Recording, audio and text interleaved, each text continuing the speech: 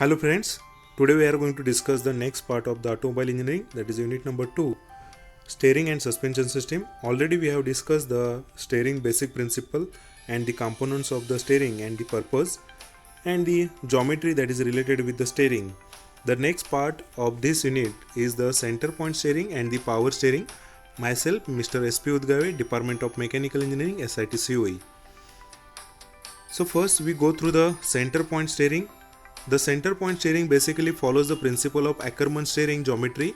The theory was invented and put the practice simply to negate the problems of the wheels on the inside and the outside of the turn, needing to the trace out circles in different radii.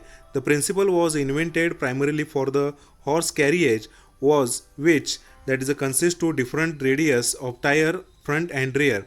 The intention of the Ackermann geometry is to avoid the need for the tires to slip sideways when following the path around the curve, as the geometry clearly shows in the figure. That is, the center of turning circle can be derived by the measuring length of the rear tires and the intersection of the turning radius of front tires.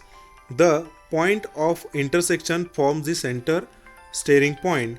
This is the one of the reason why vehicle don't slip off while turning. Now we can take the example. Now see the figure. In this figure we can see this is a center point of turning, and from which from the rear axle we can draw the line, measuring length line, and the when vehicle takes the left turn, at that time, that is the inner wheel, from the center we can draw the line. Also same way we can from the outer side wheel we can draw the line, that both the lines meet at the same point. When it takes the turn, the radii, this is the radius 1 and this is the radius 2.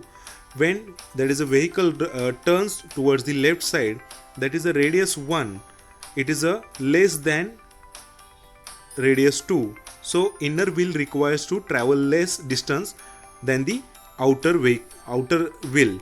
So for that purpose, we can use the Ackermann steering principle.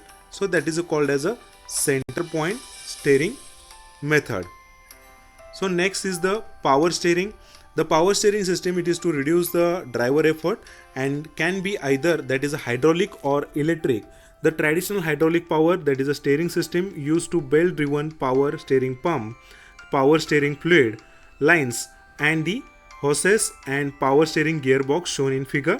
The power steering pumps are usually either meshed gear design or vent type. In both, the power steering fluid enters the pump and pressurized before being sent to the gearbox.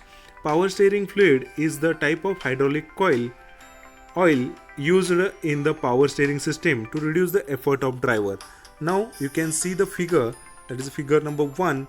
In this figure, so you can see the power steering pump that is operated with the help of belt drive, that is connected with the engine, and that is driven by the belt, and pressurized oil, it is a transfer from the pressure hose to the inside of the power steering gearbox, and after that is a conversion of the rotary motion to the linear motion with the help of reducing the effort of driver by using the power steering pump.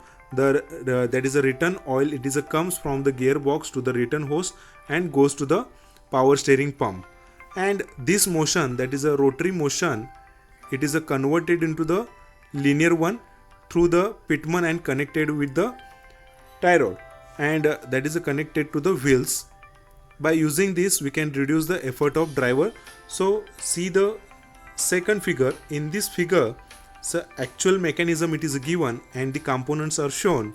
So this figure shows clarify the pump, that is a power steering pump, that is from the red hose that will be transmit the pressurized oil, and after conversion of the rotary motion to the linear motion, the remaining, that is oil, comes from the other side of piston, and this comes from black hose to the pump, and that is a pitman, it converts that motion and connected with the inner tie rod end, that is with the help of that is a ball bearing, or particularly that is a joints, and tie rod ends are connected to the stub axle. On the stub axle we can mount the wheels. So this is a power steering mechanism. So this is having two types, that is a power steering mechanism that is related with the gearbox, that is a recirculating ball type, and second one that is a rack and pinion type. So first we can discuss the gearbox that is related with the recirculating ball type.